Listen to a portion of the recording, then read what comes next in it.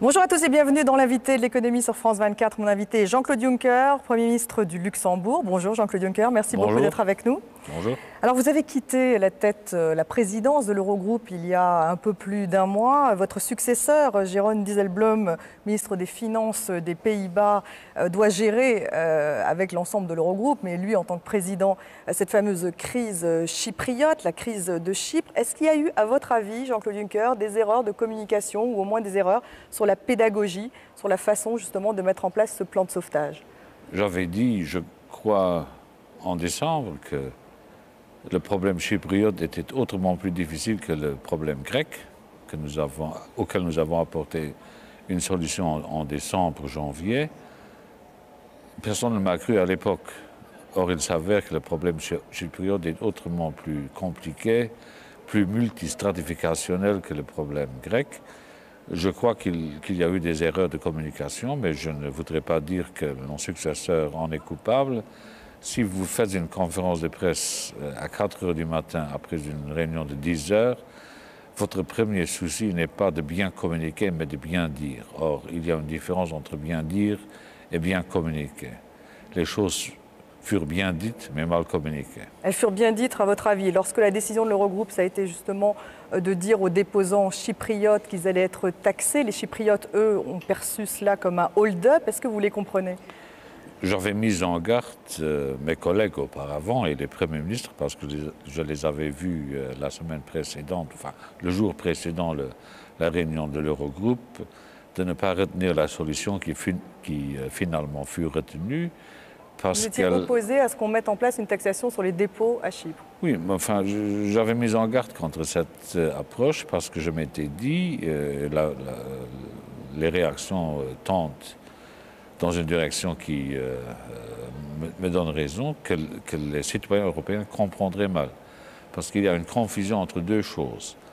La garantie de dépôt qui porte dans tous nos pays, puisque directive européenne il y a, sur 100 000 €, et puis on introduit dans la solution chypriote, telle qu'elle fut conçue, une pénalisation sur les dépôts inférieurs à 100 000 €. Or, la différence est que la garantie de dépôt joue lorsqu'une banque fait faillite.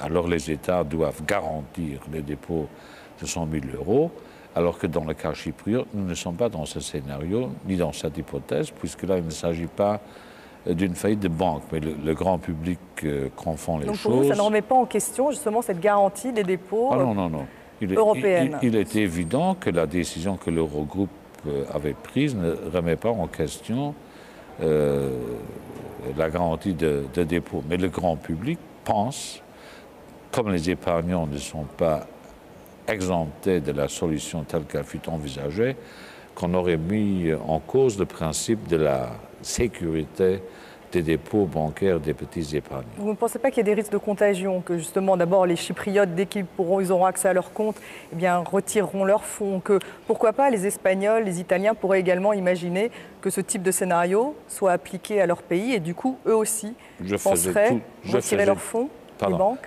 Je faisais toujours partie du groupe des membres de l'Eurogroupe qui pensaient que Chypre était un cas systémique. Chaque pays de la zone euro pose un problème systémique s'il est en difficulté. Ceci dit... Donc Chypre, 0,5% du PIB européen, est un cas systémique. Oui, je crois que, membre de la zone euro, Chypre est un cas systémique parce qu'on ne peut pas écarter, même s'il y a des raisons objectives pour le croire, le fait que contagion, il pourrait y avoir.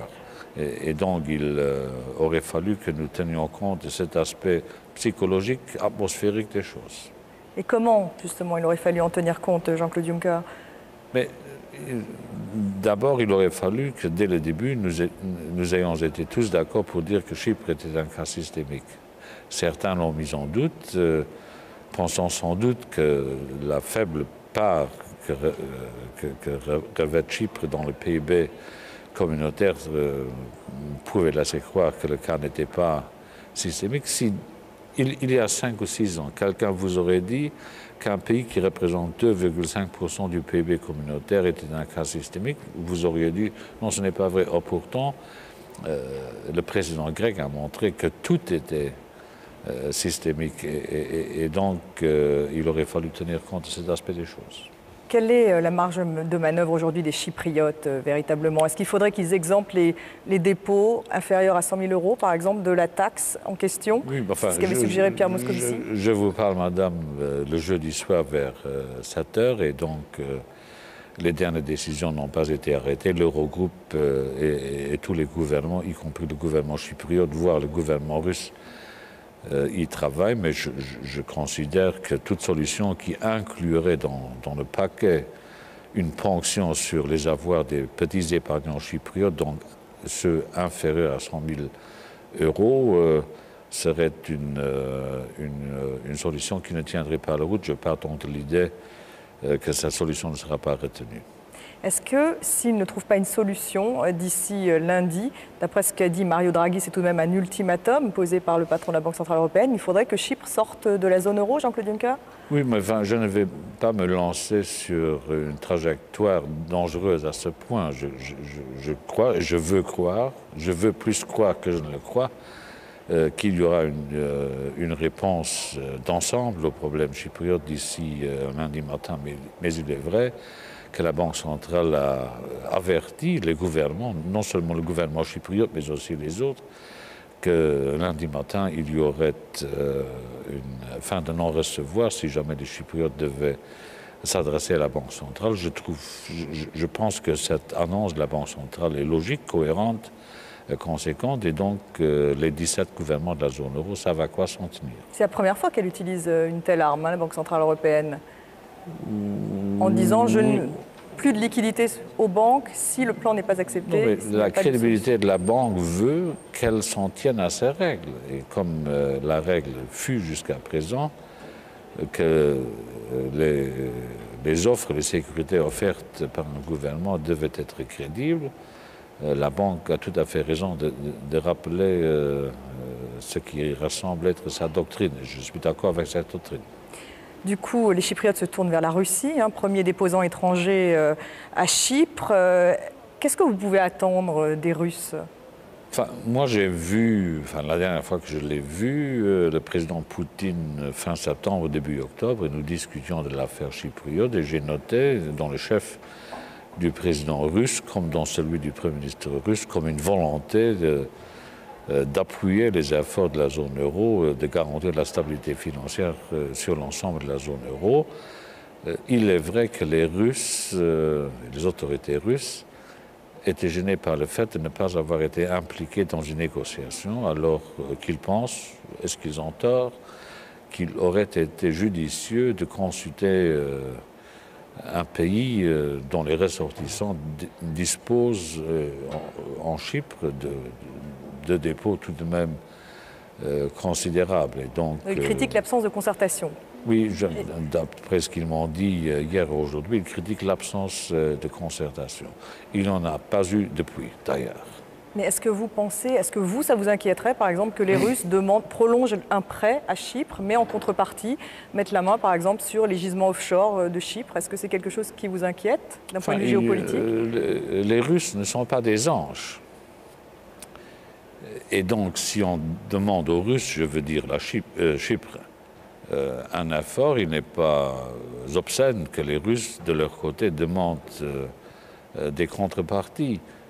Ceci dit, moi, je suis très sceptique en ce qui concerne l'inclusion de la Russie dans l'ensemble des mesures qui seront décidées, puisque certaines interventions russes pourraient avoir pour conséquence l'alourdissement de la charge de la dette publique en Chypre. Or, tout l'effort doit tendre vers un abaissement de la dette publique en Chypre et tous les efforts doivent tendre vers une meilleure soutenabilité de la dette chypriote, dont tout dépendra du genre de l'intervention russe.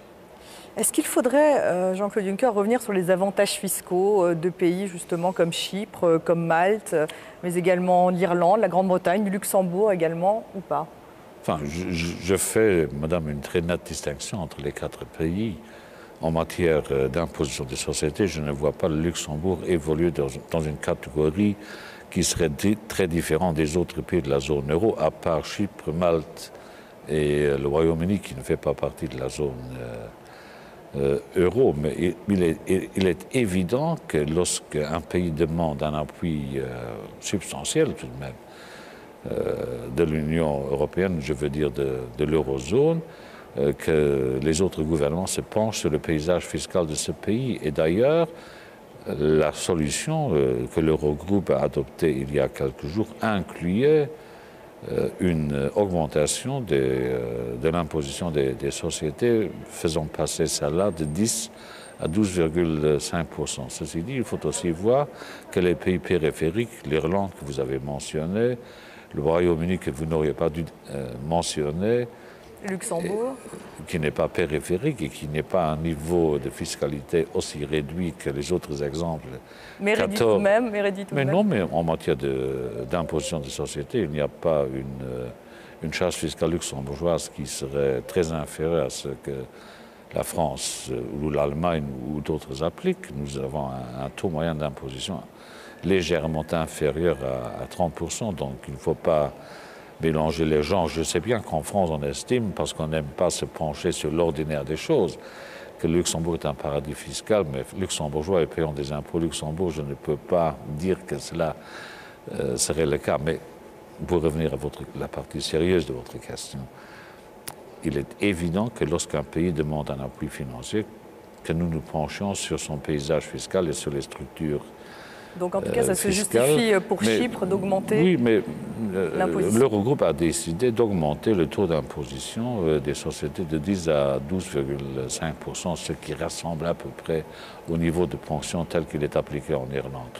Je trouve ça normal. Merci beaucoup Jean-Claude Juncker d'avoir été mon invité. Merci à vous de nous avoir suivis. Restez avec nous sur France 24.